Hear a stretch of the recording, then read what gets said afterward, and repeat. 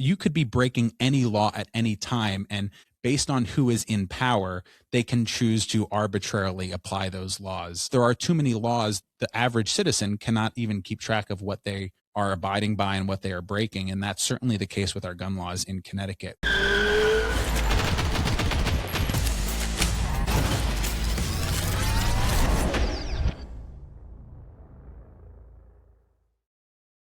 Welcome to Lock and Load Podcast. My name is Josh. And I'm Michelle. And we talk to you about Connecticut 2A issues. So today, our special guest is State Senator Ryan Fazio from the 36th District, who is running for Governor of Connecticut.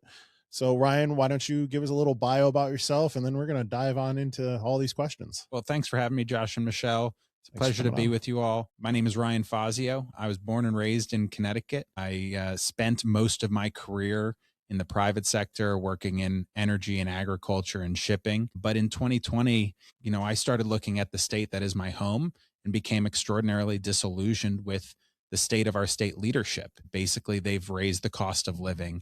They've taken away so many of our rights and freedoms as citizens. And I thought, if I wanted a job done better, that I should do it myself. So I'm just someone who had no connection to politics, no family, no friends or neighbors in politics, but stepped up, got off my couch and ran for the state Senate because I thought, if this is a state that's worth saving, that's worth fighting for, and our home is always worth fighting for. So I've been in the Senate now for 5 years. I focused especially on issues related to cost of living in the state economy.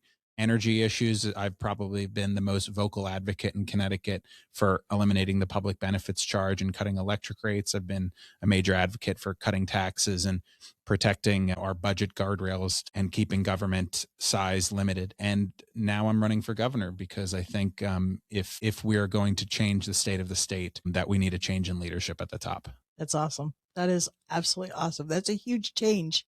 Did you do any local counter city politics beforehand? Or I was on the RTM in my hometown of Greenwich for a couple of years, and I've volunteered. I spent probably most of my adult life volunteering more than anything. I wasn't really involved in government or politics. I spent 7 years as a volunteer tutor in inner city charter schools. I spent 3 years volunteering for Meals on Wheels, delivering meals to seniors. And I was a writer on public policy issues for the New York Post, City Journal, for the Federalist.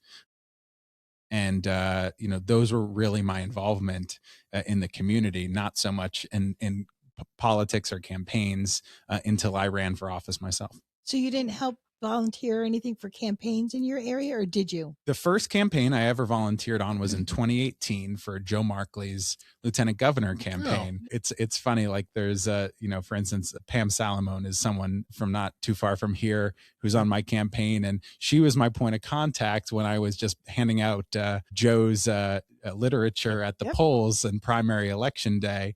And now she's working on my campain for governor. So that's really cool. Listen, it's a great state, but we need a change, and that's what it's been all about. Were you at the Marriott in Rocky Hill on election night? Well, I probably wasn't invited. It's proved too lowly. I was there. I just didn't know what was going on. The first time I ran into Matt Corey actually was there. Yeah, 8 years. 8 years ago, I had no idea what was going on here, and here we are.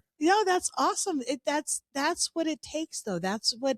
That we talk about getting involved and how you can make changes. You have to get involved. And it's awesome to see you putting your feet where your mouth is and wanting to make that difference. That's awesome. Yeah. And that's what I tell people who are interested, especially who are younger, in their 20s and so on. You have no idea how quickly, your involvement can make a difference. Yep. Locally, put yourself out there, take a risk. You will be grateful that you did, because you can make more of a difference as an individual than you could possibly imagine. No, fantastic. Awesome. Yeah. Absolutely. You're 100% true. We talked and started this setup at Samson's kickoff fundraiser. Yep. For that perfect example, I was not into politics at all. Paid attention to politics because of, these issues and stuff, but ran for Southington Town Council and won this year. First time doing anything in politics, and, little baby step, not at the state level, but give it a few years. We're holding Southington down. We'll be in different seats. Yeah, then maybe. And see, I've worked on tons of campaigns and I'm on my RTC, but that's as far as I've gone. I haven't gone any further. I tell her to. All right. We have a ton of questions to go through. We'll get through as many as we can. There a whole variety for the listeners, for the viewers at home. We will get to gun issues because that's what we focus on. Yep. But we're going to talk about like policy issues too, because obviously those are important when running for governor. And we'll talk about elections in the state Senate and the House, and all that good stuff. So I guess Michelle and I will go back and forth on questions. Sure. And you want to start off with the first one? Sure. So the first question we have for you is, what made this the right moment for you to run for governor? Well, I've been proud of my record and my service in the state Senate.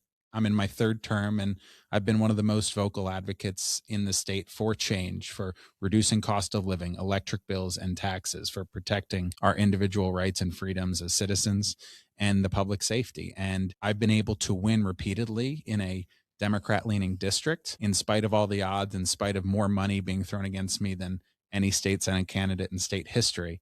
But in order for this state to see a real change and the type of leadership it deserves, it's going to need a change at the top. And, you know, I think I've bumped up against the upward limit of what I can achieve in a state Senate where Democrats have a 2-to-1 majority.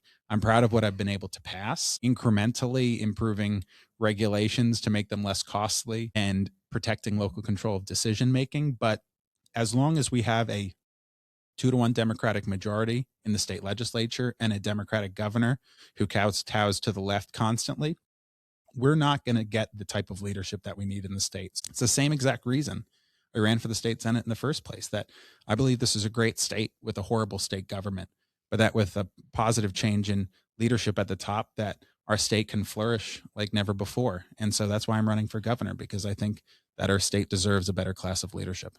Just to reiterate, you don't come from a family of politicians.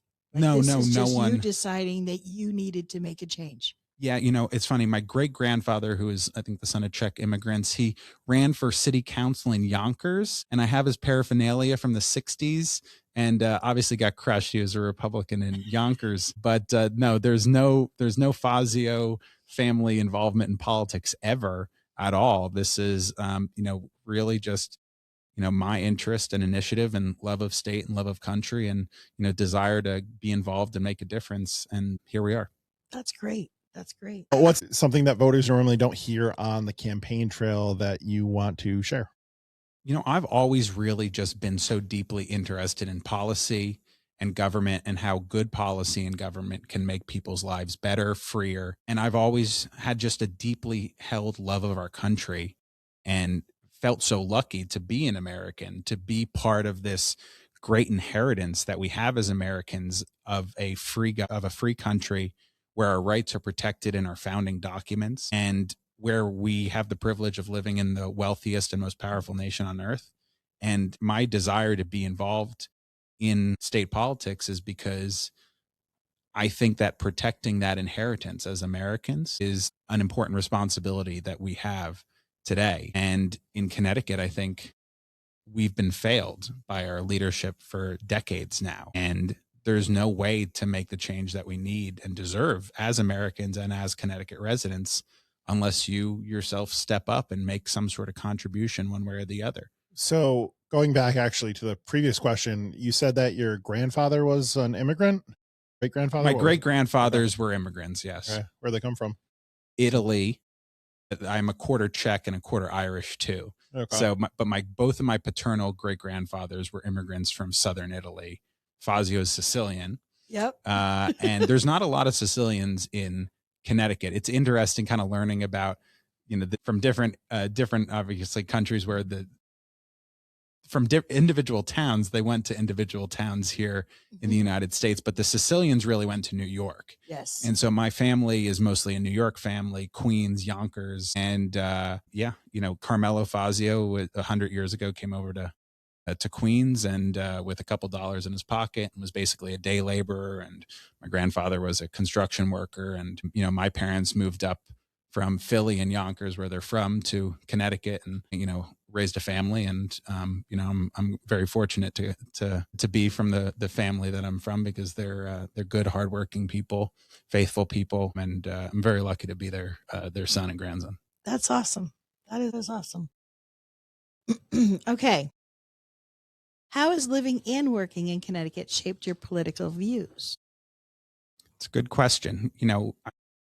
I've just watched so many friends, family, and neighbors who are good people, smart people, hardworking, leave the state. And the state's a great place with good people, strong communities, and really so many wonderful qualities about it that make it a desirable place to live. And yet, so many good people that I've grown up around and that I've come to know have left our state. And, part of this project of trying to change Connecticut is so that we don't have that again. Well, that's what they say. The best business in Connecticut is moving companies. That's right. Because they're just leaving in droves, which should be a clue, but unfortunately not all are seeing it. That's exactly right. People vote with their feet, and they've been leaving Connecticut for many years and still are. And Governor Lamont set the standard for himself when he ran for the first time and ran for re-election. He said, we're going to turn the moving vans around. Well, just a couple of weeks ago, a new study from U-Haul, the famous moving van company, came out, and Connecticut was identified as one of the 5 or 10 worst states for out-migration. People are still leaving. Our net domestic migration, so excluding immigrants, is still negative because more people are leaving. More American citizens are leaving Connecticut than coming to Connecticut. And so that's by his own standard, by this governor's own standard, he has failed. And so I don't think we need a third term of more of the same. Right. When the moving vans continue to go in the wrong direction, we need a change in leadership so that the moving vans can turn back around. Absolutely. Absolutely. So one of the biggest talking points that we've seen on social media is that you're from the Fairfield County. And people will say they don't need another governor who's out of touch with middle and lower class in Connecticut. What do you say to that? I guess they haven't seen my house. I live in a 2-bedroom, 900 square foot house, me and my fiance. It's expensive to live in this state. And, we have to, watch our spending to make ends meet. And that's the same exact case for millions of middle class and working class people all across Connecticut. I think my house could fit in the governor's garage, but I'm not critical of anyone in the state because of their station in life or because where they live. I want to bring people together in this state. I want people to vote for me, whether they're from Windham County or Fairfield County, Litchfield County or New London County, and anywhere in between. We need to bring people together. And as Republicans, we already have the odds stacked against us. So I'm not going to belittle or neg anyone based on where they live. I want your vote. I want your support, no matter where you're from or what your station in life is, because I think we can all agree that Connecticut deserves better, and it's time for a change in our state. I love that. That was a great answer. It really was. When you picture Connecticut in 4 years, what do you see if you're governor, when you're governor? Running for re-election. Yeah. After a term of the Fazio administration, you'll see the moving vans turn around. You'll see jobs come to Connecticut. You'll see investment in Connecticut. You'll see incomes rising and cost of living falling. And that is a standard I want to be held to when I run for re-election too. I'm not going to be like this governor or previous governors who will make promises and forget about them when they're running for a second, or in this case, a third term. Hold me to a standard. If I'm not able to reduce the cost of living, to turn the moving vans around, to create jobs and bring investment to Connecticut, then I won't be deserving of a second term. But I am so confident that we will be able to accomplish those things if we have the right policies and leadership in place, that I'm setting that standard for myself right now for when I run for re-election in 4 years.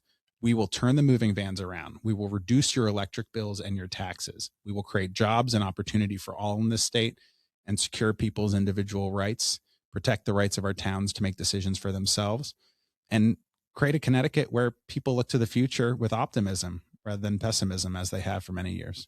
So I have a follow-up on that, okay, from what you said, because as governor, obviously those speak to me through and through, okay? But if the voters don't get out and vote and we don't change the makeup of your legislature, that will be a very tough hurdle for you. Is that correct? Yes and no. It is going to be very important to me in running this gubernatorial campaign that we support our legislative candidates and we bring more balance to the state legislature. Listen, all of us get that Connecticut leans a little left, especially on the national level, and there's more registered Democrats than Republicans, although I believe there's more registered unaffiliated and independent voters than Democrats in the state too. Yes. But I don't think the Democratic voters in this state, or certainly the unaffiliated voters in the state, want a state that is 2-to-1 Democrat in the legislature with a rubber stamp in the governor's office. I think they want balance. I think they want checks and balances and limits on the ideological power of the Democratic Party in this state. They didn't vote for all the way in one direction, one-sided everything. I think they voted for some semblance of balance, and we're going to make that case in this governor's race in addition to all the issues. But one thing I would say is, even if I do not win a majority, or Republicans do not win a majority in either house, which is probable that we won't win a majority in both houses, although I think when I'm elected governor, we will pick up a lot of seats and might even be able to win the Senate. The governor's powers in Connecticut constitutionally are more powerful than that of other states. The governor has line item veto power in this state. They're in charge of the bonding commission. So basically, they can negate any of the $27 billion that are spent in this state government every single year. And that is enormous power in and of itself compared to some other governor's offices around the country. But more importantly, it provides you enormous leverage. Because remember, those dollars that are spent are more important to our Democratic friends than they are to our Republican ones. Yes. And so, yes, it gives us the ability to negate a lot of spending and protect taxpayers. But more importantly, it gives us enormous leverage over policy writ large in negotiation. So you could view it as Republican governor, Democratic legislature is 50-50 in a way. But it's a pocketbook. But it's more than that, really, because of the leverage you hold in power. Interesting. All right. I did not know that. I did not know that. Good to know. It makes it that much more appealing for us to win this seat. It does, because I was under the impression that if you still had a Democratic legislature, it kind of tied your hands. I didn't realize what you could do with that. No, you could tie their hands. That makes sense, because it does make it more, so you have to come to the table. It can't just be, well, we want, so you're good. You don't get a say. And listen, I'll also say this. The relationships I've developed with colleagues on both sides of the aisle in the last 5 years in the Senate have been positive. And I've been able to pass a lot of good center-right legislation that reduces the cost and size of government in kind of narrow cases, because there are Democratic legislators that aren't all the way to the left and are more open-minded. I think there are issues where we can bring the more moderate Democrats into a coalition for change because their constituents want to see a lower cost of living and a more accountable government. They don't want the constant bloat and centralization of power. There are, of course, our colleagues, and some of them are friendly and nice people, but who were really ideologically to the left, unfortunately so. But there are also others that are a little more open-minded and less ideological. And I think on some of these issues, as governor, I can bring them into the fold. Awesome. Awesome. What do you think Connecticut does really well and doesn't get enough credit for? Anything outside of government. I love it. I mean, honestly, this is such a wonderful state, right? We have great people. It's a beautiful state. I feel like it's such a great privilege for me to run for governor and crisscross the state, because you get to meet a lot of new people, interesting people, visit beautiful places. You know, the less people, the more beautiful the place is in many cases. So I always loved driving across Eastern Connecticut and North Central Connecticut because of that, Northwestern Connecticut. But I think this state has almost everything working in its favor, except its policies and its economy and its cost of living. I mean, imagine if you just changed that. The moving vans would turn around very quickly. But the people are really what make the state special. And particularly their willingness to be involved in their local government, in their community, to make it a better place. You know, the mantra, we talk about local control a lot and home rule in the state, and we're fearful of the state taking more powers from towns and cities. But that is because our citizens are so engaged and want to be so engaged in their local government, in their town or their city. And it's kind of that muscle that's been built over hundreds of years since we were a colony that has made Connecticut a wonderful place with strong communities, that New England sense of be involved, take accountability for your own community is, I think, what has made Connecticut a special place over hundreds of years. And we have to save it from being watered down. No, absolutely. And like you said, it's beautiful out when you get to the rural areas, but our people are in the cities. And I think that a lot of times the people in the cities get lost with the media and what's being told to them versus knowing and learning. Many people don't even know how to find information to compare. That's, I think, hopefully this will help some of that. That's one of the things that we push all the time is, there are ways of getting involved. We always give out, emails and different websites you can go to and different people you can talk to. And hopefully they'll see this. And because their life isn't going to get any better if they continue to elect the same way either. Yeah, and they're the greatest victims of the failures of this state government. They are. They've seen the rise in crime and disorder. They've seen the rise in costs eat into their paycheck more than those who are making a higher income or live in a leafy suburb. Yes. I mean, the base of the Democratic coalition is the one bearing the cost of the Democratic agenda more than anyone else. And that's why I think there's an opening in places like our cities with working class voters for Republicans to bring them into the fold. I represent a city in Stamford, and I've seen my vote totals go up with hard work by listening to people and trying to respond to their needs and their priorities, like reducing electricity bills and limiting property taxes in particular. Perfect. All right. Your turn. Nope. My turn? Okay. What's the biggest myth about Connecticut politics that frustrates you? There's no hope. There's hope. There is hope. There is hope. You never give up, and you certainly never give up on your own home. And that's something we hear a lot in the gun community. Yes. Doesn't matter. Of the no hope aspect. It doesn't matter what I do. It doesn't matter how I vote, but it does. I always say if you don't get involved or you don't vote and then you give up, you've automatically voted for opposite of what you want, at least in this state. And listen, there are state representative races, state legislative races that have been won by one vote. Yes. Right in Southington, 81st district, right here. God bless Chris Poulos, but we don't need another Democrat. I'm sorry, in a 2-1 legislature, and that's one vote. You didn't vote in that election. Look in the mirror, my friend. I think in Fairfield there was a state representative race lost by one vote a couple of years ago too. Haven did the same thing. I think it was 1 vote or 2 votes. It was very I won an election by 100 votes. Okay, and that's still close. That's really close. So, but more importantly, I do not think that the Connecticut resident and the Connecticut voter is going to tolerate unending abuse from its leadership class. And I think that if and when we present a positive alternative that brings people together and that everyone can get behind, we will be able to change this state. And so I've won elections that everyone thought I was going to lose. I've won in a Democratic leaning area. I've won even with more money than any other state legislative race in history thrown against me.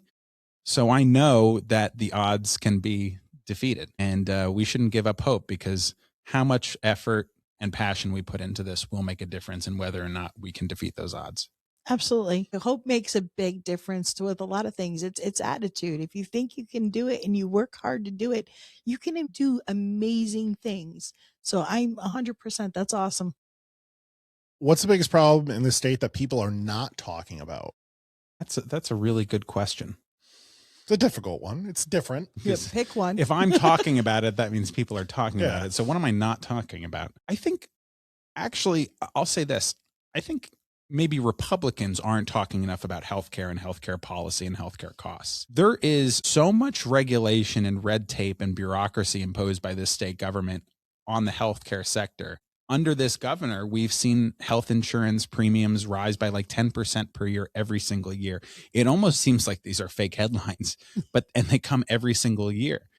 Connecticut regulates and overregulates its sector and puts shackles on healthcare providers more than most other states in the country. And I think as Republicans, we have to be able to present an alternative where people can expect greater healthcare access and more affordable healthcare. There's only one party that's been in charge of this state while health insurance premiums have been going up 10% year over year over year. And we as Republicans have to be unafraid and willing to present an alternative in order to protect patients, to improve access and reduce costs. So I would say healthcare is something we need to focus more on. Maybe I need to focus more on it too. What does leadership mean to you when the state's in crisis? Meaning when you're talking about budget, issues, when you're talking about cost of living, when you talk about, the cost of electricity, when you're talking about any amount of things, taxation, what does that mean to you? Like with Ned, we only see him really during election season. Yeah. Right. He kicked up that Facebook and that, TikTok and everything is really kicking that up. But I feel like as governor, you should be involved in these things or talking to people, not just when it's an election season. That's when he starts talking to people, kind of. I don't think you're the one that would just not talk until they want. You're not the one that's just going to have that silver tongue when you want something. I get the feeling that you truly are there to fight and to work for Connecticut. Yeah. Listen, it's a great honor to have the opportunity to make a difference. And, you better take advantage of it and do your damnedest when you do. I would say this, the thing I've probably learned most about leadership over the last 5 years is that the most important ability of a leader is to listen, not to speak. And by hearing the people you aim to serve, and as many of them as possible, you then can learn what needs to be done and what can be done by listening to them and their needs and their priorities. And then what you say becomes that much more powerful because you know your audience, you know the people you're aiming to serve. And so the most important thing I can do over the next 10 months is to show up and to listen. Yogi Berra said half of life is showing up. It might even be more than that. And so leadership to me means showing up and listening more than anything else. And from there, you should be a clear and steady and strong voice for the interests of the general public in this state who have been, I think, poorly served by its leadership that hasn't listened to it for far too long. Well, they listen to their special interests. Don't get me wrong. They're listening. They're just not listening to everybody. I think that's very insightful because my experience being in the legislature 5 years, it's good because I'm so physically far away that I'm not really I'm not there culturally or socially, but I'm doing my job up there and there is like a subculture there. Swamp is a pejorative term, but it might apply because everyone up there listens to the people who are speaking the loudest or who are present. They're not listening to the people who aren't showing up, but who are going to work every day, who are paying their taxes, who are following the law. They listen to the people who are in the Capitol, who have an activist group or a lobbyist or are connected in some fashion. And it's kind of human nature that the people who are there speaking the loudest are the ones you're most likely to listen to, but it doesn't represent the state as a whole. Correct. So what makes you the better candidate for Connecticut between you and other candidates? Because you now have two other people running against or primarying you, right? Yeah. Well, listen, I think most importantly, I'll present and deliver a vision for change and a more affordable, a more safe, and a future with opportunity for everyone in Connecticut. I think my track record shows that. In the Senate, I've been the most vocal and effective advocate for reducing electric rates, for reducing taxes, and for protecting people's individual rights. I have been able to win elections in very difficult circumstances. I've won a state Senate district that Kamala Harris won by 17%. And I did so even though they spent more money than any state Senate campaign in state history against me. They spent $700,000 to try to unseat me. The next most expensive campaign in state history was $500,000. And yet I won by more than I ever did before. And I did so by focusing on the issues that matter most to the people I aim to serve, which was things like their high utility bills, their high taxes, the lack of economic opportunity, the constant undermining of law enforcement. And I think in addition to that, my background, both as a successful legislator, winning tough elections, but more importantly, probably my experience in the private sector, especially focused on energy, will be integral to me solving the state's energy crisis as governor and reducing cost of living for people. So I think I have the track record that proves I can win tough fights, and I can also advance the principles and the policies that we as common sense Connecticut residents all support. Well, and I have said also, you have the experience at the Capitol. You come to it. You've been sitting there for 5 years. You've been in the mix. You know how it works up at the LOB, and what these committees are doing and how these bills are being passed, where it gives you just that little bit of more of an insight, I guess, than someone who has never been at that level going in fresh. You know what I mean? You know how things work. Like getting on town council, I am learning. I'm trying to be a sponge. I'm trying to learn how things work. And I feel like that is a really big hurdle. If you don't getting into a governor spot, if you don't know how things work in the legislative because you haven't been there, I think that's a really big hurdle to overcome. And it's different than but you're there. Yeah. You directly deal with this. Yeah. And if you're there and you're not successful in what you've been doing, it's not very useful. But I think the most successful change agents, whether you agree with them or not in our history, think of the presidential level, have had experience delivering change before. Lyndon Johnson, as much as I think he was a horrible president, he was very successful at pushing progressive change as president, and it was in part predicted by his success as a Senate Majority Leader. FDR and Ronald Reagan were successful governors of very large states beforehand, and they showed a track record of delivering results. And apex, when you'll have the most influence and power as governor, is going to be in your first 100 days. So learning the ropes in your first 100 days is not going to be acceptable for us. You need someone who's going to hit the ground running, who knows the policies that they need to accomplish right away, isn't going to have to learn them on the job, and isn't going to have to just defer to their experts or their advisors, because you're elected. Right. Your advisors are not elected. Your appointees are not elected. I mean, I believe in our democracy, the people elected are the ones who are the principals. Yes. You don't want an auto pen governor, whether it's because they're non-compos mentis or anything else. But you need someone who can handle the job, who knows the issues and will know how to deliver results. Awesome. So we are a 2A podcast, right? We talk about Second Amendment rights. So this next section is going to cover a lot of that stuff. Your voting record. Right. CCDL, we've talked about them on the podcast. You do have a CCDL endorsed as a candidate, which not everyone gets, even if they're just pro 2A. To get their endorsed rating, that means you voted pro 2A on every gun bill that has been brought across the desk. So voting record, never voted against our 2A constitutional rights. And that's not something everyone can say. That's huge. Especially in the legislative body that you work in. On both sides of the aisle, too. Right. Mm-hmm.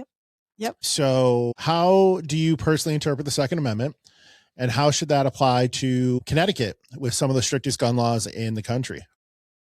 It should apply to every state. The history of our courts and the history of our Constitution make clear that the individual rights guaranteed in the Bill of Rights apply to individuals and citizens in states. And so you do not lose your Second Amendment rights as an individual because you live in one state or another. Those are guaranteed to you by the U.S. Constitution, and those rights are applied to the states, at least through the 14th Amendment as well. The Second Amendment clearly, in the plain letter reading of the language, applies to individuals, and people have an individual right by virtue of being American citizens to keep and bear arms for their own protection and any other reasons. It is not a militia right. That is the prefatory statement. The operating statement is that the individual right to keep and bear arms shall not be infringed. And there are historic reasons for that. Any student of the 20th century should be very scared of authoritarian governments and their abilities to take away an individual's rights. And because of that, individuals should retain their ability to protect themselves and arm themselves to that end. And so, both the plain letter reading of the Second Amendment guarantees our individual right to keep and bear arms, and the Supreme Court has now ruled that is in fact the case in Heller and McDonald subsequently. So, Connecticut has clearly, I think, gone beyond the pale of what is acceptable in regulating firearms, to the point that I think law-abiding citizens have had their rights taken away in many cases. it is very difficult to abide by all the laws in Connecticut, even if you are well-meaning and doing everything you can to do so, because there's so many and they're so convoluted. It would, even an attorney would have a difficult time keeping track. And they do. And they do. Well, and I think it's on purpose. It is on purpose. It's absolutely on purpose. And, it's interesting that Neil Gorsuch, the Supreme Court justice, one of the more recent ones, wrote some interesting essays about how if your society has so many laws, you basically you cannot have equal justice or equal treatment under the law, because that means any law, you could be breaking any law at any time, and based on who is in power, they can choose to arbitrarily apply those laws. But if there are too many laws, the average citizen cannot even keep track of what they are abiding by and what they are breaking. And that's certainly the case with our gun laws in Connecticut, which are, I think, to the point of being very unreasonable, which is why it made it easy on me, to vote against the gun control laws that have come across my desk in the Senate. On that, and part of the reason we do the podcast is to inform people of these laws. But I get questions every day in the store about certain gun laws. You go on the internet, and especially with AI nowadays, which is not always great. It's not always right. It's the new Wikipedia of my generation. It's pulling information from everywhere. It's not necessarily pulling correct information. Exactly. And people would be like, oh, like the internet said this. And I'm like, well, that's completely wrong. And here's why. But going to the votes, you've been elected and you've had two major bills pass under that, which would be HB 6667, which happened, got signed into law June 6, 23. So voted on before that. And then this last legislative session, you had HB 7042, which was the Accountability Act for gun stores. Liability. More recently, Hong has now started to use this, which is what Michelle and I suspected was going to happen. We actually said it just before the vote went through. This is going to go through, and Tong's going to go after gun manufacturer. And he sent a letter to Ruger, which is based out of Southport, right? Yes, Michelle? Yeah, I don't know. I think their headquarters are outside, but they do have an office in Southport. Yeah.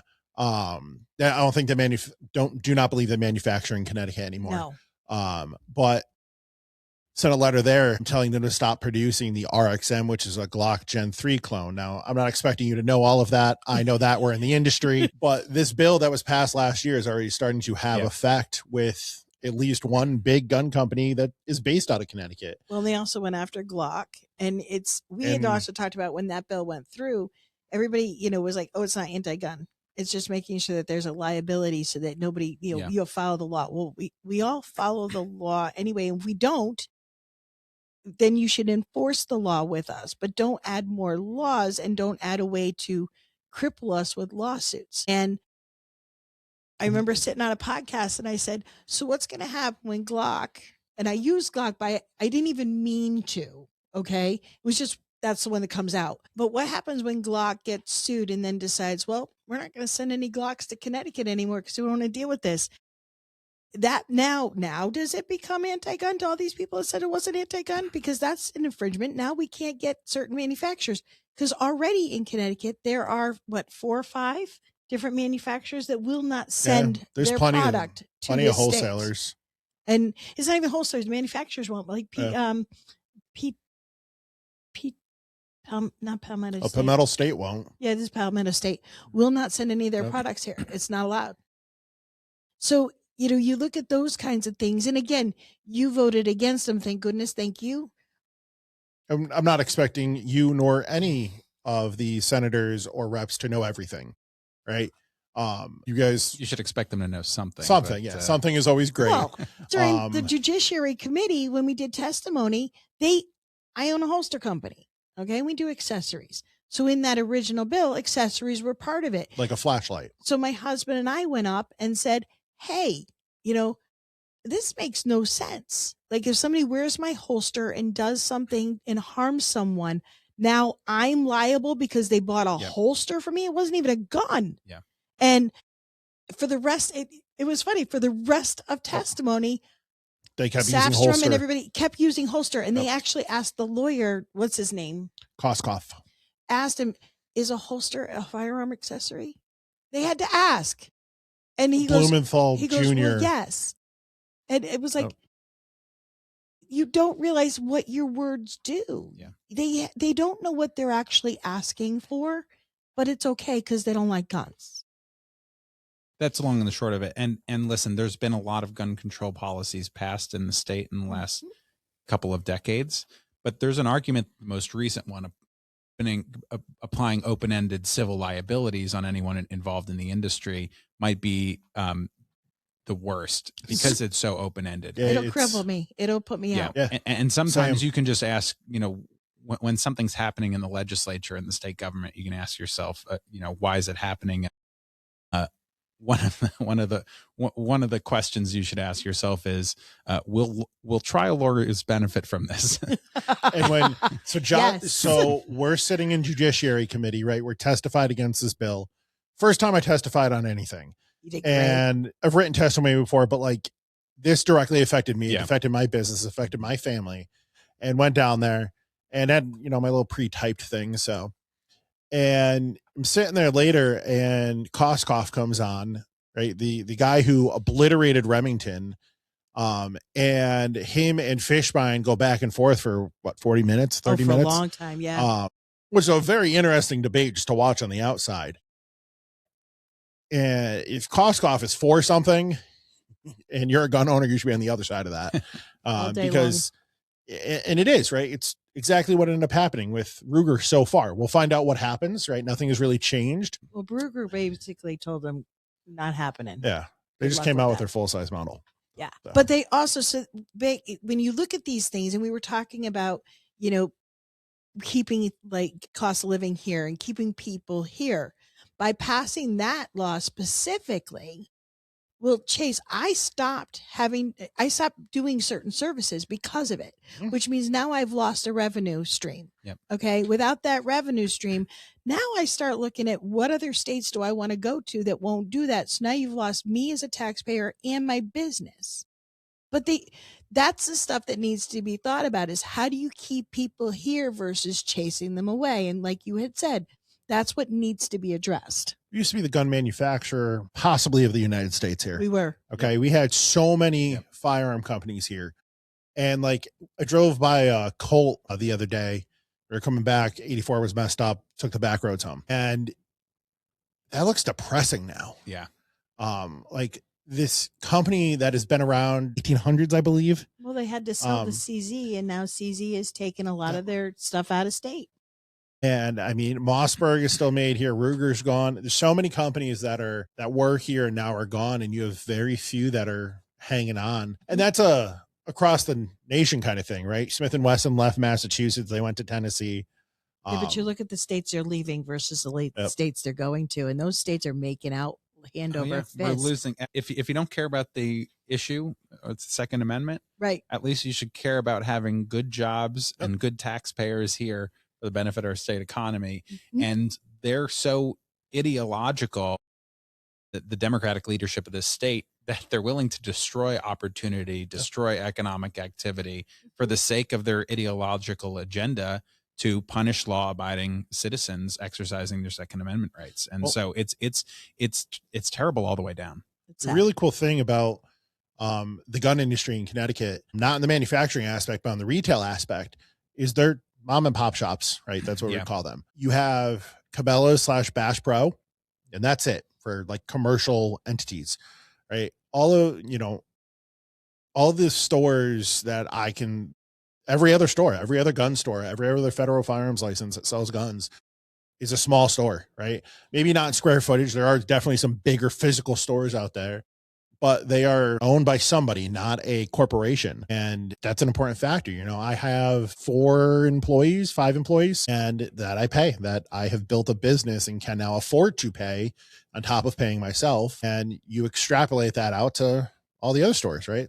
And especially the families that they're supporting, which are helping keep them there and their families grow up here and continue. It's a huge line if you follow it through versus just it basically right now the policies that they do are cutting off their nose to spite their face. They're just don't make and sense. it is so difficult to operate a small business in the first place. Oh, And you're yes, actually yes, providing yes. services to people. You're following the law. You're providing jobs and livelihoods to people. And at every turn, the state government and its leadership just thumbs its nose at you. And if you're in the firearms business and a small business, it's that much worse. well, the And providing fees, the permits, the permit insurance. like it used to be LLCs used to cost $20. Now they're $80 or better. Then you have, for firearms, then we have to get another certificate from the chief of police for $200 now. It used to be nothing, and I don't understand. If you have a federal firearms license, why do you need another permit from the town to say you can sell firearms? Like you already have that. Yeah. And that was part of HB 6667, by the way, was the increased fee there. Yes. That was one of the little things that was thrown in that wonderful bill. And listen, if you're more skeptical of firearms, then you should want kind of good citizens who are providing training and safety and responsible, guidance to others. They should want people like you in the state, rather than pushing everything to the underground where it really is actually putting people's safety in jeopardy. Definitely. Yeah, absolutely. So, we'll move on to the next one.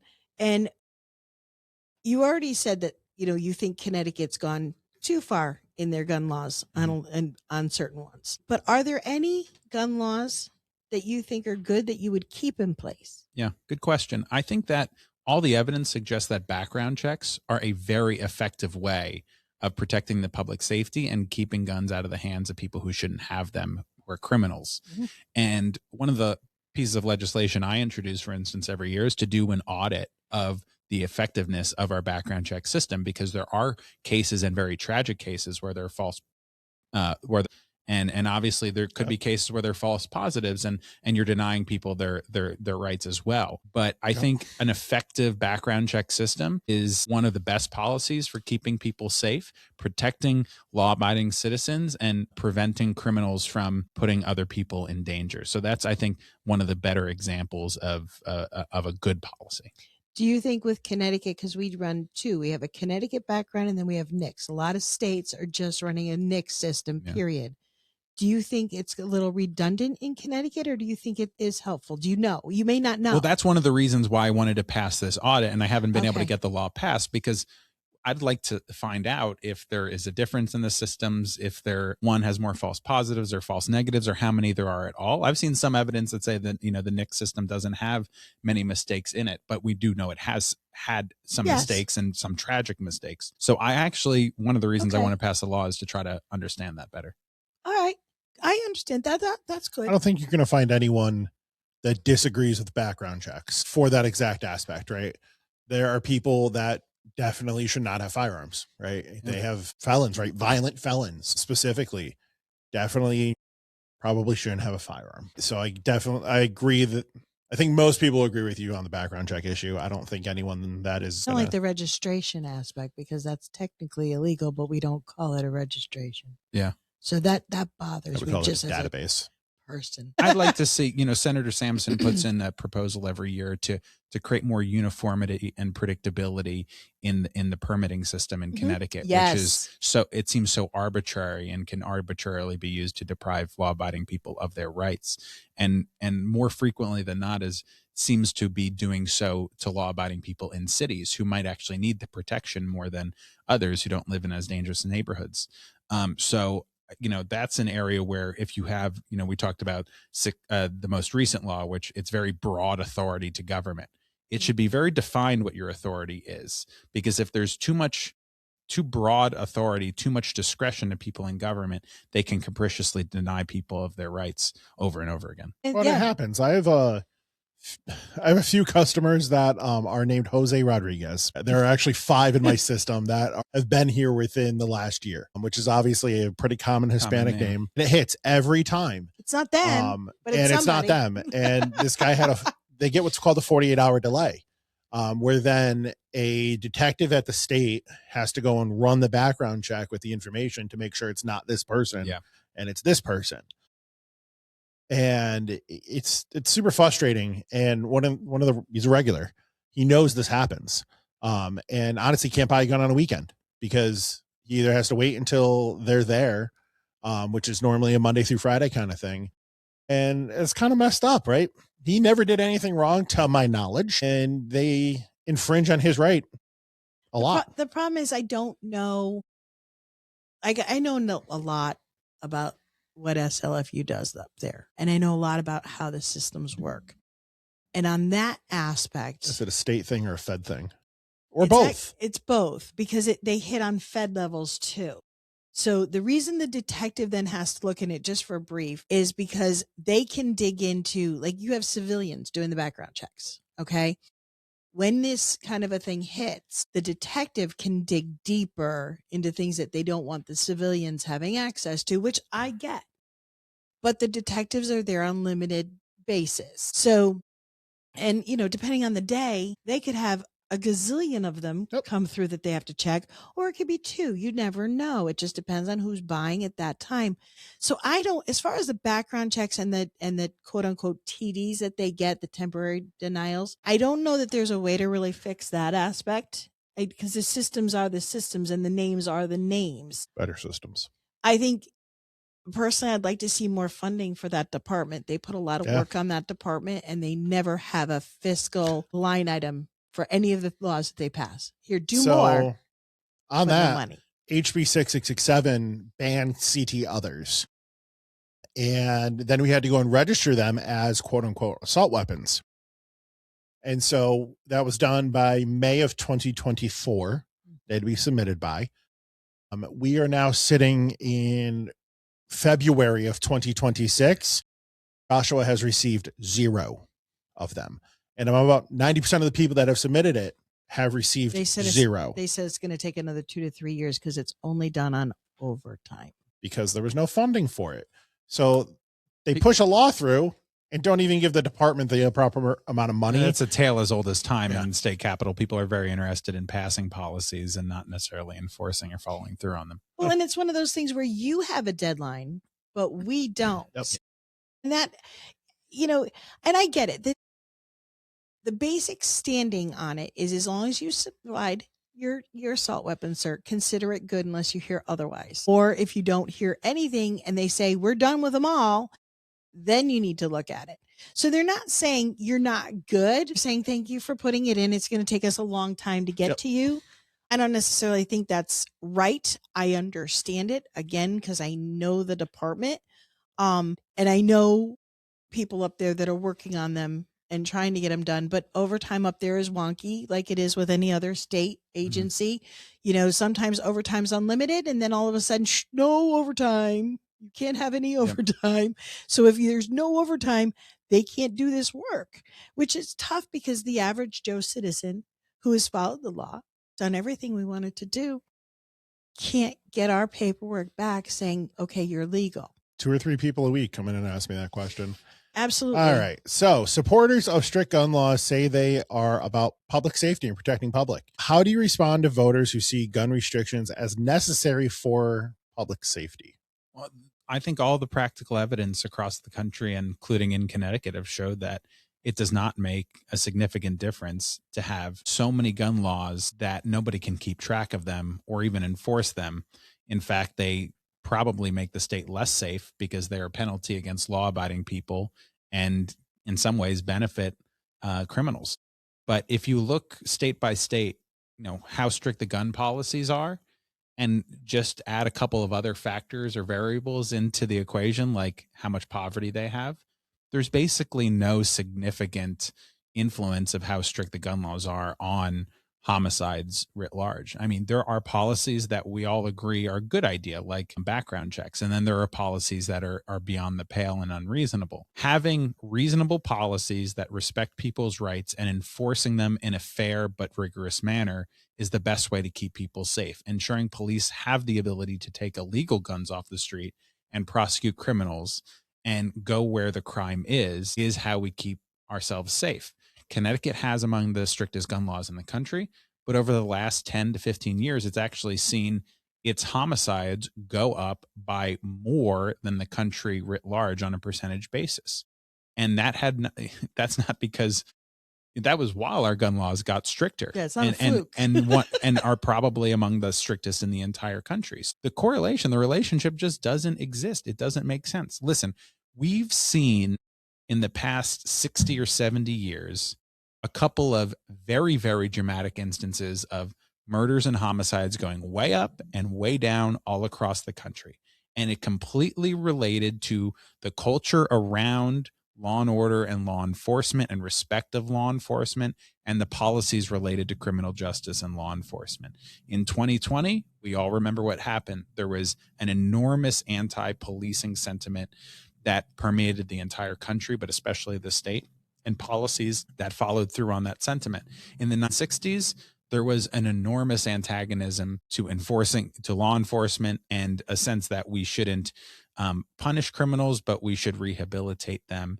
And there was an enormous increase in killings and homicides and violence that came very quickly thereafter. There was no real dramatic change in gun laws in that period of time.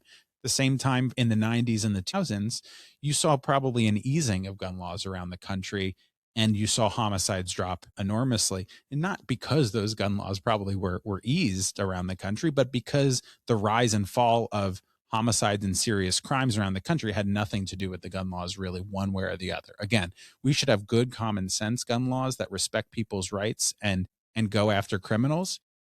But the rise and fall of serious crimes and violence in our country has really not had much to do with gun laws at all. It's really had to do with law enforcement and smart policing policies.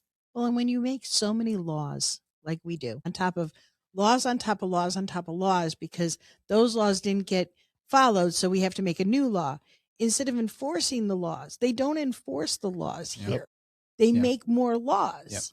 And to me, enforcement makes more sense of a few laws than lots of laws with little enforcement that is confusing.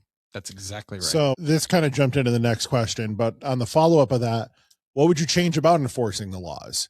Right? We have all these laws on the books, and when a criminal goes and does something, especially with a firearm, maybe it's in the commission of a robbery, normally not always, but normally the firearm charge is thrown out. Yeah. It's the first thing to go.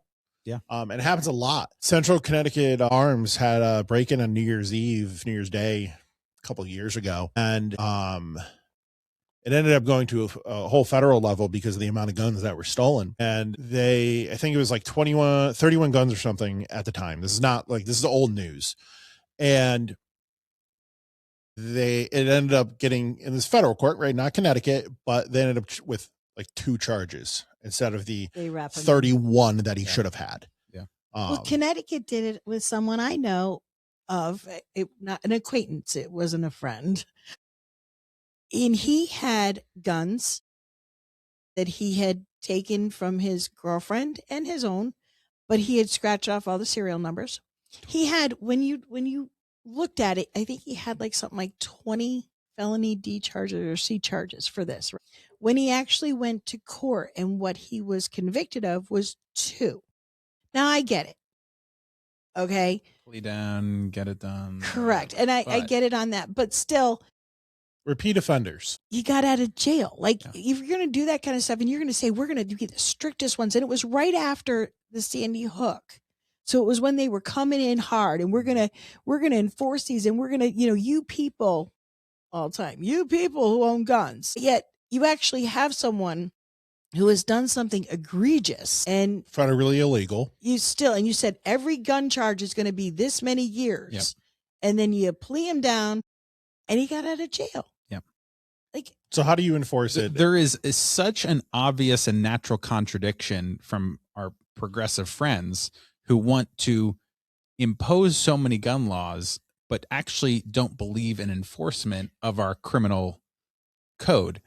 And so I think there was a study that came out of the state government that found a large portion of all gun related arrests and charges were either dropped or pled down, a large majority of them. And we have, on top of that, passed really, really progressive policing policies in the last 6 years in Connecticut, especially and including the 2020 police law, that have taken away the ability of our police to take the illegal guns off the street. They've ended consent searches, for instance, which is one of the ways that police took guns out of the hands of criminals who possess them illegally, and made it more difficult on police to do their job in any other number of ways. And that's when we saw murders go up in the state, right? It wasn't because we took away a bunch of gun laws. I mean, it's happening on these people's watch, the Democrats who support all these policies.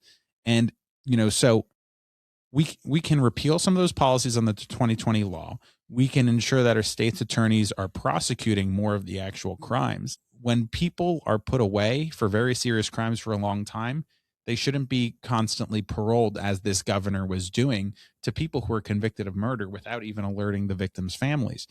So listen, to get back to the original question, I was elected in a Democrat-leaning district repeatedly, in a district that is probably relatively pro-gun control.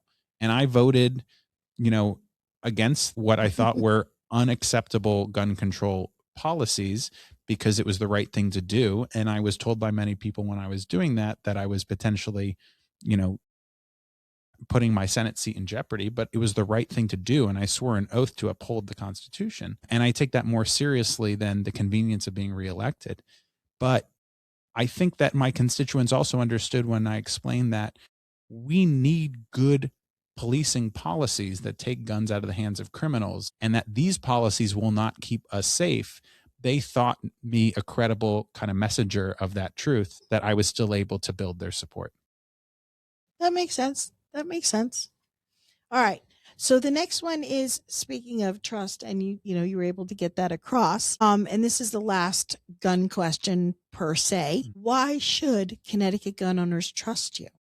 Because we get told a lot of times it's okay. Yep. And then it's not. Because I've always kept my word. And even when it was politically inconvenient for me to vote in defense of citizens' Second Amendment rights, I did so, and I did so repeatedly. Even when I knew it meant potentially putting re-election in jeopardy for myself in the district that I represent, I did it because my conscience says it was the right thing to do. And so I have a track record of standing up and doing the right thing even when it was politically inconvenient. And that's exactly the way I would behave and carry myself as governor. I love that. All right. If you could, moving on to policies. So if you could fully fix one issue, budget, housing, education, public safety, or something different, what would it be and why? Like if you'd snap your fingers and fun. Listen, the size and cost of government in Connecticut is just too damn big. And there needs to be a policy in place that says we're going to limit the growth of government every year, and that for every new law or regulation that we put into place, we eliminate one or two at the same time. There needs to be limitations. If you're asking me one big, beautiful policy that would make Connecticut a better place, it would have to be a limitation on the growth of government and all the regulations and inhibitions that imposes on our economy and our citizens.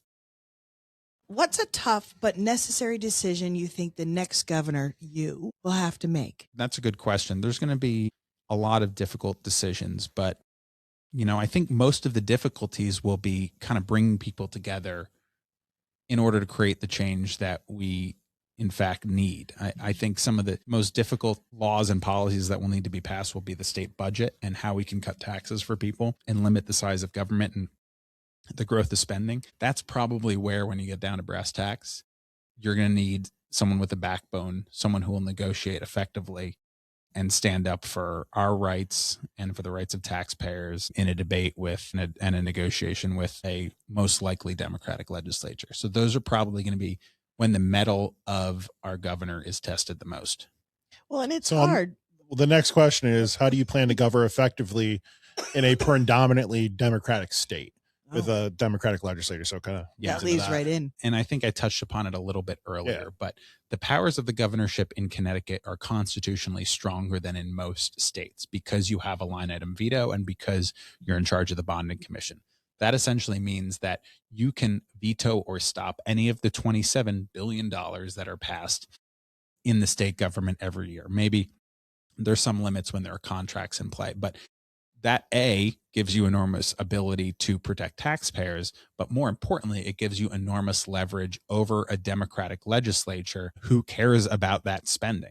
And so that, I think, makes the governor, or gives the governor, a better negotiating position than the legislature when the parties are split. And it's important then that we nominate and elect a Republican governor who is going to have the backbone and the ability to use their leverage when they represent us in those negotiations. When we had Rob Sampson on at one point in time, just because you talked about budget specifically, he had said the way that currently the administration is doing budgets is, it's basically state employees, not necessarily all of them. Okay. And it moves its way down. So then at the bottom, you have municipalities, and then you have the people are at the very bottom of your budget. Do you agree with that kind of a thought process? Or, because I know there is always compromise. You have to make compromise. When you're doing a budget, nobody is happy all the time and gets everything they want. We're not all rainbows and sunshines here. Yeah. It's money. So would you be working harder to make sure that, like, obviously, because you've said several times, you want the people's cost of living to go down. You want, income, you want to keep business. So my guess is you would be moving the people in municipalities up a little bit versus the special interests. I wouldn't give anyone the benefit of the doubt. I think that we should have kind of a zero-based budgeting approach in the state of Connecticut, where all sources and needs should justify themselves every 2 years rather than just get money because they got money last budget.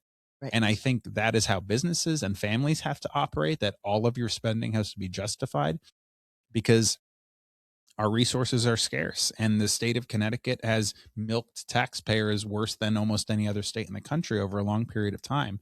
And so I view myself, when I go to Hartford, everyone seems to have an interest group or an activist group in mind that they're prioritizing the protection of. When I go to Hartford, I am primarily concerned with protecting kind of the forgotten man and woman of the state who doesn't have a lobbyist, who doesn't have a voice in the state government, who doesn't come up and constantly rabble rouse, but is paying the taxes, is following the laws, and is bearing the brunt of the bad decisions made by our state leadership. They deserve someone who is going to ensure that every dollar is spent wisely and responsibly, and no more than is absolutely necessary is taxed from them to send to Hartford in the first place. I love that you said zero budget, zero, you start at zero, because most people don't understand what that means. Because again, I got this last year, so I should have the same thing. I love that you're one that's a proponent of revisiting those costs, especially when with the policies in place now, we're losing federal funding, or the potential to lose more and more federal funding the more we double down against the federal government. So I absolutely love that concept. I just want to put it out there to you. It's the right mindset. You're not entitled to someone else's money. You have to justify it. Agreed. How do you appeal to independent and unaffiliated and moderate voters who are skeptical of both parties? They should be skeptical of both parties, because I think both parties have failed them over a long period of time, nationally and in the state. And so their skepticism is well warranted and well deserved. Listen, I've had success in bringing moderate Democrats and unaffiliated moderate voters into my coalition in order to win in my district, because Republicans are outnumbered by thousands. We're the smallest of all three designations. It's an electorate that leans to the left, and they're good people, and many of whom I disagree with on certain policies. But it's about building trust, and building trust around a governing agenda that most people can get behind. I think most people in this state agree that the taxes are too damn high, that the electric rates are too damn high, and that their state government has failed them time after time. And I think by focusing on the issues that matter most to people, and by showing a sincere effort to present a governing alternative, a substantive campaign that's focused on issues rather than slogans or personalities, I'm just being myself, but this campaign is going to be about the issues and governing and leadership. And it's not just going to be about personality or the cut of my jib. And I think people will respond to that. And I think that is a campaign that wins unaffiliated, moderate, and moderate Democrat voters. which is what we need to do in this state because they outnumber both parties. That's right. Fantastic. So about taxes, economy, jobs, and cost of living, which we've kind of touched on here or there. Why do people feel like they're working harder but falling further behind in this state? Because they are. Because, the cost of living has gone up faster than wages in Connecticut for many years. We've seen no real income growth for the middle class after inflation. That's not conjecture. We all know it. We see it in our own lives and in our neighbors' lives, but the facts back it up that while other states are seeing incomes and wages rising for the average family, even after inflation, that there's been stagnation in Connecticut.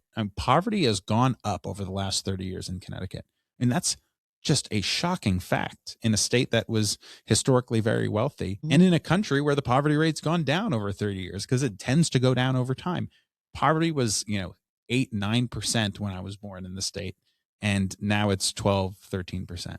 Again, totally unacceptable, a total indictment of the leadership class in this state because they have raised people's taxes year after year. They have raised people's electric rates, and they have made it more and more difficult on our small businesses to create jobs and deliver services.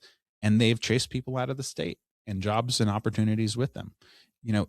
People feel that way because it's true. And it's true because of the failures of the people who have been in leadership for many years. So how do we fix it? That's the next question. That's a great question. And that's exactly what my entire gubernatorial campaign will be premised on. It'll be premised on change and solutions and substance. Tomorrow, this week. This will be out a couple weeks from now. Yeah, so. this will be out a couple weeks. So 2 weeks ago, I released my first major platform agenda in this gubernatorial race, which is a 6-point plan to reduce electric rates by 20% and eliminate the public benefits charge. I'll be rolling out a tax plan to deliver the largest middle-class income tax cut in state history, a healthcare plan to improve access and reduce costs, especially for small businesses who are struggling with those costs the most, and to generate economic opportunity and create jobs and bring investment back to the state. I am running for governor to do the job, not to have the title, and my campaign will reflect that because it will be based on the issues and on a substantive vision for change in our state government. I'm going to ask an opinion really quick. I'm just curious listening to that because everything you say is lovely. Do you think raising the minimum wage is helping at all?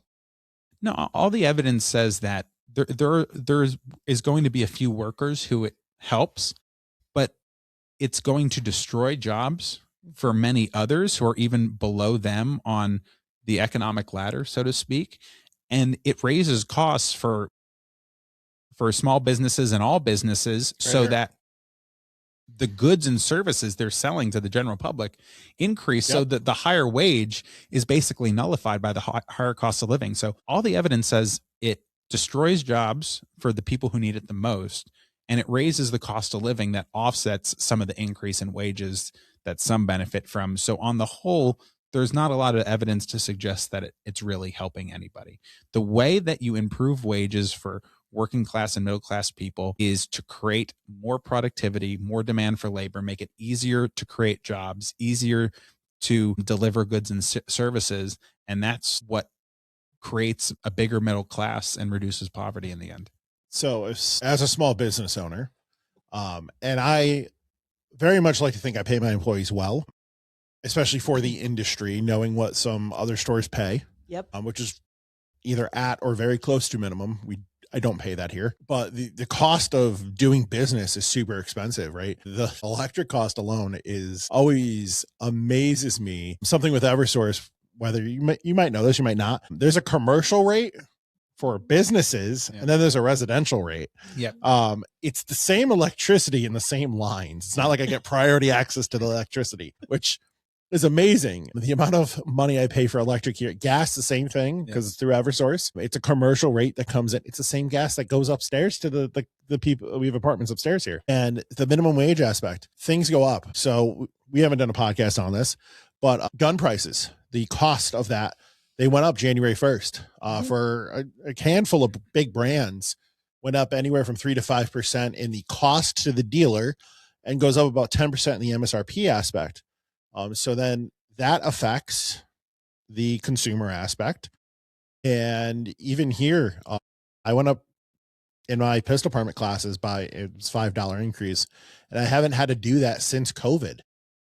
But pay, and again, I pay my instructor pretty well, much more above minimum wage because of the job he does, and I want to do that. I want to keep them here. Cost of living, cost of doing business in Connecticut continues to rise, and then at the end, it hurts the end consumer. That's right. And they don't understand that. They always think that the business owner, well, you're just charging too much. Well, why are your prices at this price? You used to be at this price. And they don't understand the same as they're having to pay more for their electric and their food and their rent or their whatever. Okay. We have to too, but we're also doing it here and home. That's right. We're doing it twice. Exactly right. So what would you say to young professionals and families who feel priced out of staying here? I need their vote. I need their support. I mean, I am so confident that we can turn the ship around. This state's economy has all the attributes necessary to succeed. We have the third most educated workforce in the country. We have a great location. We have wonderful communities. And the fact that we're experiencing almost no economic growth, the fact that people are leaving the state boggles the mind, except when you consider that our state policies and our state leadership have made it prohibitively costly to live here, to work here, to create jobs here. We can fix this, though.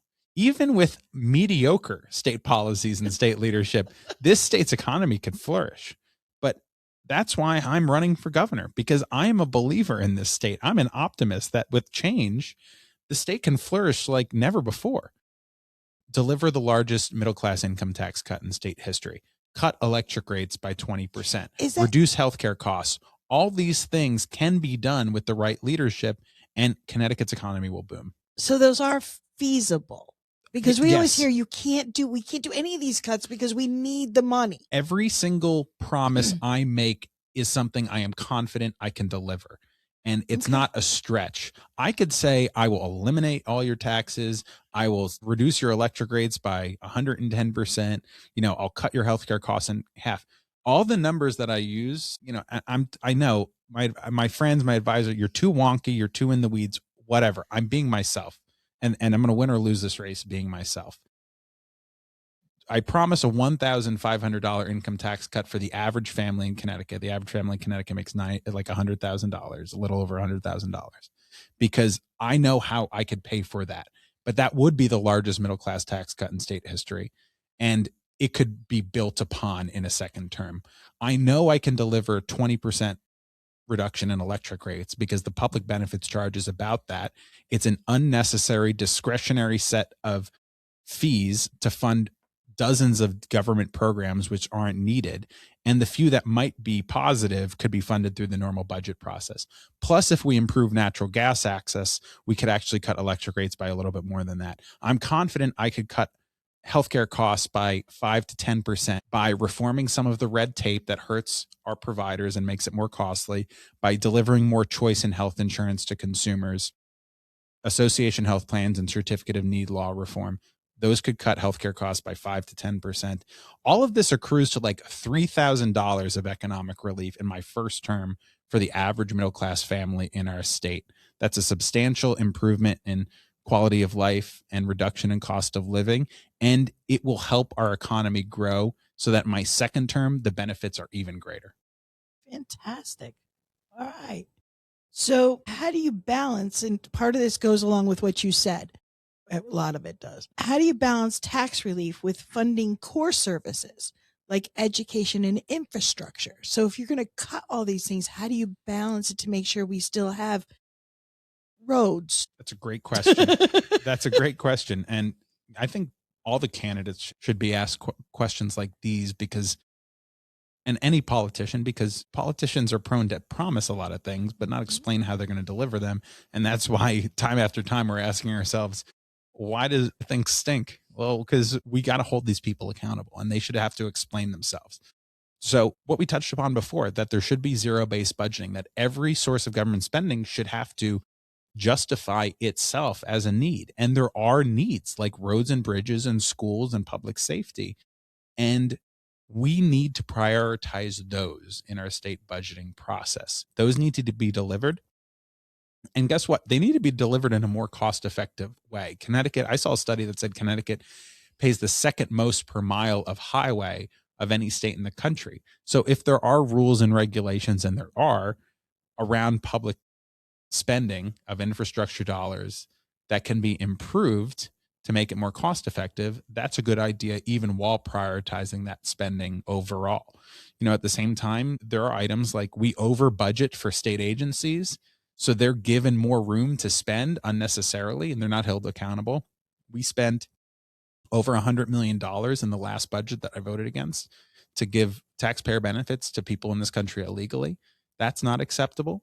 And I think even a lot of Democratic voters wouldn't see that as such, because regular American citizens here in Connecticut are struggling to get by. So take a zero-based budgeting approach, prioritize the most important needs like schools, roads, bridges, healthcare for the people who most need it. And even then make those government services deliver results in a cost-efficient way, and stop with the fluff, the unnecessary, and the ideological stuff. And I think what you'll be left over with is a government that works well for the people and the public interest, while also ensuring that people have an acceptable and manageable tax burden on top of it. Okay. What would you change about how Connecticut attracts and keeps businesses? Well, I think it's most of what we're talking about. We've kind of and keep workers here. But yeah, listen, the cost of living is clearly the greatest obstacle to people staying here and working here and affording to live here. And I think an economic agenda like what I will be proposing and running on that provides roughly $3,000 of relief in my first term to the average middle class family would go a long way in that direction. We also need to stop choking our businesses, our employers, but especially our small businesses with all the unnecessary red tape that have been imposed on them that, according to some rankings, makes Connecticut one of the hardest states in the country to start a business. So as governor, I would require that 2 regulations be eliminated on small businesses for every one new one that is advanced through our legislature. That would go a long way in holding the state bureaucracy accountable and reducing the burdens on small businesses. Connecticut has a history of budget challenges. Okay. What lessons have you learned, or should you have learned, from going through the budget process a couple of times now? The mistakes have been repeated over and over again. And the people in charge of this state have just failed to learn the lessons of history. They continue today to overpromise and make the same exact mistakes of the past that have resulted in Connecticut having one of the 5 highest tax burdens of any state in the country. In 2017, you might remember, the state Senate was actually split between Democrats and Republicans. So talk about having hope, right? That's recent history that we actually had a 50-50 state Senate. We were there. There you go. And when we did, we passed a state budget full of reforms that actually sought to remedy all the mistakes of overpromising and overborrowing that states passed. So a spending cap that limited growth in spending to inflation plus income growth, that's reasonable. Maybe it's even too high, but it's reasonable. Other when you have one-time tax revenue, don't spend it all in one place if you can't count on it in the future. Well, we're 7 years after the fact, and things have become a little easier on the state budget because of federal monies and inflation. And so 7 years after, we corrected some of those mistakes. This governor and state legislature have undermined and changed several of those policies that sought to protect taxpayers 7 years ago on a bipartisan basis. So the volatility cap that limits how much you can spend of the one-time tax dollars that can't be counted on, we've significantly undermined that policy. The spending cap, well, now they're just spending money off budget, quote unquote. So the spending cap has essentially been neutered by the fact that they're just creating other funds, other slush funds, other budgets that are from underneath that spending cap. So this governor has touted the fiscal guardrails, as they're colloquially called, over and over again, even while he is eviscerating them as governor, breaking his promises. He was just touting them the other day. I don't even know if he knows what he's been doing while he's been governor. So it's enormously frustrating. Those who do not learn from history are doomed to repeat it. And we will be doomed to repeat it in this state if we don't make a change. Absolutely. Is there any program that you know of that should 100% be reduced or eliminated from this budget? Like if you had to pick something, what would it be? Even if they're politically popular. Yeah. The immediate one that pops to mind is the fact that we spend over $100 million of taxpayer dollars for benefits for people in the country illegally. When regular Americans, even in our state, are struggling to get health care, struggling to make ends meet, using their tax dollars to give to people who are in our state and in our country illegally, is totally unjustifiable and unfair. So that is the most glaring and obvious that comes to mind. Now, but there's still people in this state, because I see the arguments all the time that say if they're here illegally, they're getting no help. They're getting no subsidies. They're getting nothing. So how do you convince them that they are? It's as plain as the nose on my face in the state budget, that there was $110, $120 million of taxpayer dollars for healthcare for people in the country illegally below a certain age. And we obviously know that there's other kind of indirect benefits being used by people in the country illegally and in the state illegally. And listen, I mean, again, the Democrats in the state government don't make a secret of it when they're in the Capitol. On the campaign trail, they don't advertise it. It is wild. I read some of the campaign literature. You'd think these people are Republicans. They're like, we're going to cut your electric rates. We're going to make the state affordable. It's like, you guys are in charge, and the state's not affordable. And they tell us every election year, and people go, oh, okay. And it's like, when do you learn it's not true? It is wild. You read their campaign literature and they are running as like moderate Republicans. So the record does not match up. Speaking of the illegal, population that we have and how we've been funding them. How do you feel about the Trust Act and with having our law enforcement not be able to help federal law enforcement? So the Trust Act, and specifically I'll refer to the 2019 Trust Act, took away the ability of our state and local police to communicate with or transfer to federal authorities any individual who is both in the state illegally, but who has also been convicted of a misdemeanor or a Class C, D, or E felony while in the state. So take, for instance, real cases of individuals who have been convicted of manslaughter after they serve their prison sentence and they're in this country illegally. Even though the federal authorities have a detainer for that person, the state police or the local police has to let them out onto the streets, potentially jeopardizing the public safety because of this law that was signed by this governor and passed by the Democratic legislature. Tim Walz was just being interviewed the other day and was talking about his conversation with Tom Homan. And, Governor Tim Walz is a very progressive guy. And he was talking about how, well, in Minnesota, after someone who's in this country illegally serves their prison sentence, we turn them over to federal immigration authorities if they have a detainer on them. That is illegal in Connecticut. So Connecticut is far to the left of Tim Walz. They make Tim Walz look like a moderate in this state. Actually, Tim Walz has the position of the Republicans in the state government in Connecticut. That's how far to the left and unreasonable our state government has got. And my argument is simply this: we should have a common sense approach that most people can get behind. And I think, you're not going to knock on every door, but people who have committed a crime in addition to coming to this country illegally in Connecticut should be transferred to federal authorities in the interest of public safety. Okay. I'm going to try to speed some of these up because, we've been here a hot minute. What's working in the Connecticut education system, and what isn't, and what should success look like for students graduating high school today? There are many school districts that do a good job. There is an enormous investment from parents and local governments in our public schools. Connecticut spends the second most or third most per pupil on its public schools of any state.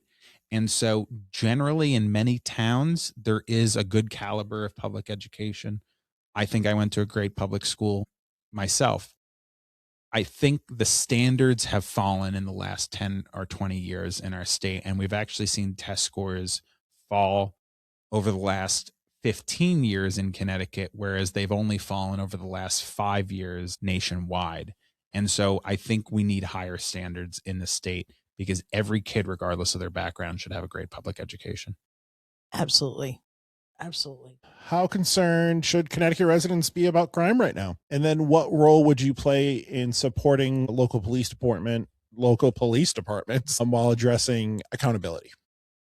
I'll just say the latter. I've always appreciated the strong support of the rank and file police on my campaigns because it's important, and I've always believed it's important to back those who are willing to put their own safety at risk to protect us. Connecticut needs to repeal or significantly alter its 2020 police law that undermined our law enforcement and made the state less safe, as well as the 2019 Trust Act, which simply lets violent criminals back out on the street who shouldn't even be in our country in the first place. Those are common sense changes that would make us much more safe. Perfect. How do you govern a state where people feel deeply divided? And this is a two-part. And what do you say to voters who say politics doesn't help people like me? Well, to the second point, politics isn't helping regular people in Connecticut these days because the people who have been elected to lead us are so often not actually responding to people's needs, and their policies are making things worse. So I understand where they're coming from. They're right. But I do believe we can bring people together. That's the rhetoric I always use on my campaigns. When I have differences with opponents, I focus on their record and on the substance, not on personal attacks. And when I am campaigning in my own defense, I focus on issues and what I would do in office. And I try to be realistic and substantive in what I promise. But I focus on the issues that matter most to regular people. And I think in that way, I can build a big coalition across different groups, different areas, because I think the major issues are something that almost everybody is concerned about. Okay. With energy and environment, we'll switch these together too. Connecticut residents face higher energy costs. We've kind of addressed that. What's your plan to bring those down? I think we've gone over that with the public benefit charges. And then how do you also balance the environmental protection with economic growth? Because that's always a general concern, I think, of the left is environmental. And obviously we all care about the environment. Yep. So I think there needs to be a balance as you described. I think that we can provide more affordable and reliable energy to the state and to our power grid specifically by relying more on natural gas, nuclear, and hydropower in comparison to alternatives, which could be potentially oil or coal. So when we can't generate enough power on a really cold night, we actually have to turn on these emergency oil plants, for instance, and those burn much dirtier than natural gas. But it's only because people like Governor Lamont and Kathy Hochul and Maura Healey in Massachusetts have been unable to or blocked natural gas pipeline expansion from the West, which would allow us to rely more on that, which burns cleaner for our air, and less on oil plants, which are much less clean for air. And we need to always keep the lights on, but I think we can do so in an affordable way that is also somewhat environmentally conscious. So you mentioned nuclear, which used to be, I think, a hot button topic. Yeah. I don't know if it really is that much anymore with the advance of technology and everything, but we had or have 3 plants in Connecticut. I think only one currently is operational. What do you think about nuclear? I always found nuclear pretty interesting. I think nuclear is an excellent alternative. It is reliable, so it almost always runs, whereas most sources of energy, if you're solar, it's only if the winds, other sources have to turn off more often. Nuclear runs more than almost any other plant type of energy source. So it's most reliable. It burns clean, completely clean. In the United States, it's pretty safe. It's very safe. There has never been a death in the United States from nuclear power.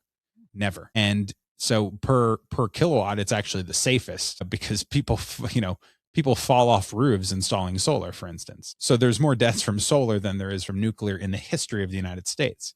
Much more. It is affordable.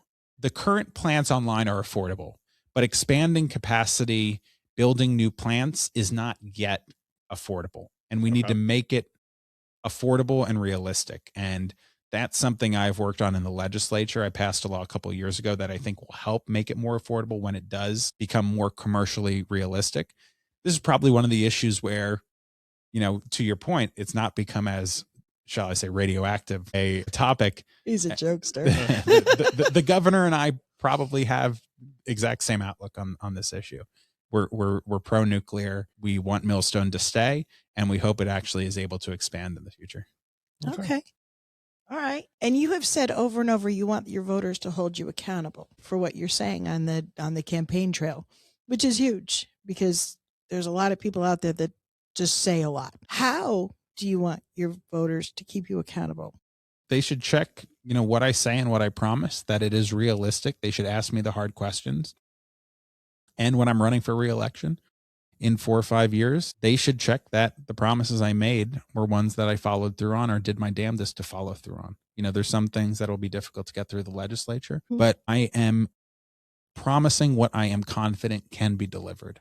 I'm not promising the moon and the stars, but I am promising a better future for our state. And I'm so confident in what I am promising that I want voters to hold me accountable, to ask the hard questions, and in 4 years to judge me based on the standard I set for myself. Governor Lamont promised to turn the moving vans around. He hasn't. He should be held accountable. The best way to improve our politics is to hold the people who have been put in those positions of power to account by at least their own standards. Awesome. All right, we're in the final countdown, the last 3 questions. Why should a voter who's never voted Republican vote for you? I think that the current class of leadership has so clearly failed Connecticut residents and failed every Connecticut resident. Doing the same thing over and over again and expecting a different result is, shall we say, unwise. And I am running to bring everybody together, to solve everybody's problems, to make our state affordable, to create opportunity, to ensure that there is safety, and make our government accountable. It is not a left or right argument. It is a common sense versus ideology argument. And I will run to be the governor for all people, and I will govern to be the leader for all people. That's how I've worked in the Senate, and I'm confident I could do that in the executive branch as well. When you get to go and debate good old Ned on whenever that happens, I don't know dates that those go on, but what is one question that you want the media to ask both of you that you really want him to answer? He should be held accountable for his record, and it's just total incongruence with his rhetoric. He promised to cut taxes, but he's raised taxes. He's promised to turn the moving vans around, but he hasn't. He's promised to make energy more affordable, but he's presided over an increase in the public benefits fees and defends them still today. I am not running against Ned the person. I'm running against Ned the record. I'm running against the entire state legislature and its failures. It's not personal, but it does matter for the daily lives of all Connecticut residents who need a government that works. So I want him to be held accountable for his record, his tax increases, his increases in public benefits fees, and presiding over a stagnant economy. All right. Well, last question. What do you want Connecticut residents to know about you that has not been brought up yet? This is kind of, what I'm showing on the campaign trail is who I am. I want to solve problems. I want to help lead this state. I care about the state, and I know it can be fixed. I'm not going to be the most charismatic. I'm not going to be the biggest personality on the campaign trail, but this is from the heart, and this entire campaign will be from the heart. And it comes from a place of hope and belief that the state can do better. This is my home. It's the only place I've ever called home, and I think it's worth fighting for. I have a real quickie. So after election, if you don't make governor, God, I really hope you do, you've lost your senator seat, right? Correct. Because you're trading it off. Yes, same cycle. Okay. So I had to choose one or the other. And that was a tough decision because I love my job in the Senate and I feel honored to have it. But this is a task worth taking on. Well, you're a reasonable voice. I don't want this. I think it will be a huge loss for Connecticut to lose you. So hopefully they will keep that in mind when they go into the voting booth. I hope so too. But no matter what, I'm never going away. That's awesome. I like to hear it. So people that want to support you, how do they do that?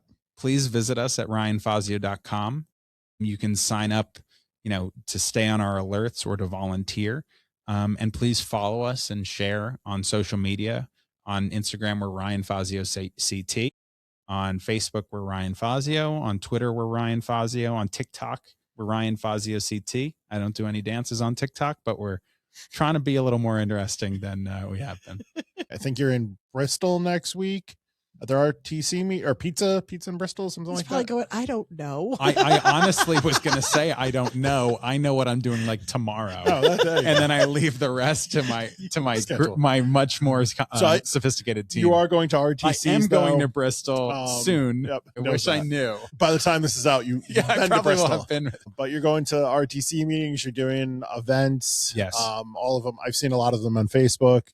I'm on Facebook a lot, so when it's meet and greets, I've been seeing the meet and greets pop up. And if you want to host a meet and greet, go to our website and message us. We'd love to do a meet and greet. I'm all campaigning all the time, meeting people, listening to people, and spreading our message. I'll take questions clearly for a long time and in an open-ended manner. So, please get in touch with us.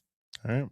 Well, we appreciate you coming on to the podcast, and hopefully all the viewers do too. You are definitely welcome to come back anytime you would like. Yes. Like this summer, if you want to after come back session. and when things start getting a little heated up, I'd be happy to have you guys back or have, you back. I say you guys because I talked to Pam. No, thank you both for having me. This has been a really great hour, and I'd love to come back. Absolutely. Appreciate it. Well, thank you, Ryan, for coming on to the podcast. My name's Josh. And I'm Michelle. And we'll see you guys next time. Bye.